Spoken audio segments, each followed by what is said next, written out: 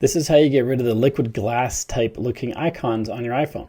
If you updated to iOS 26 and your icons look like this all of a sudden, it can be kind of scary because they're all so bland and generic and all the same, but we can fix it. We can't get it back 100% to what it was, but we can get pretty close. First, tap and hold on an empty area of the screen so everything's jiggling. If there's no empty space on your screen, it's all full of apps, you can also tap and hold on any app and then tap Edit Home Screen. Now they're all jiggling. We're going to have an edit button appear in the top left. Tap on that to open it, and then tap on Customize.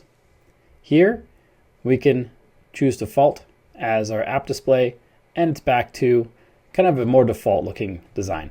There's another thing we can do though. If you go into the settings, and in the general settings here, the main settings, go to Accessibility, and then go to Display and Text Size.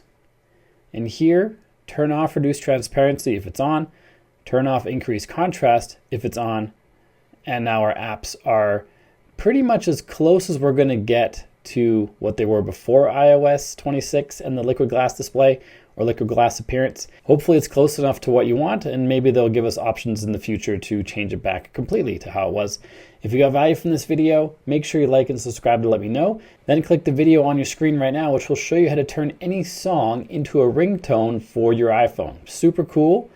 It's quick to do. I'll see you on that video.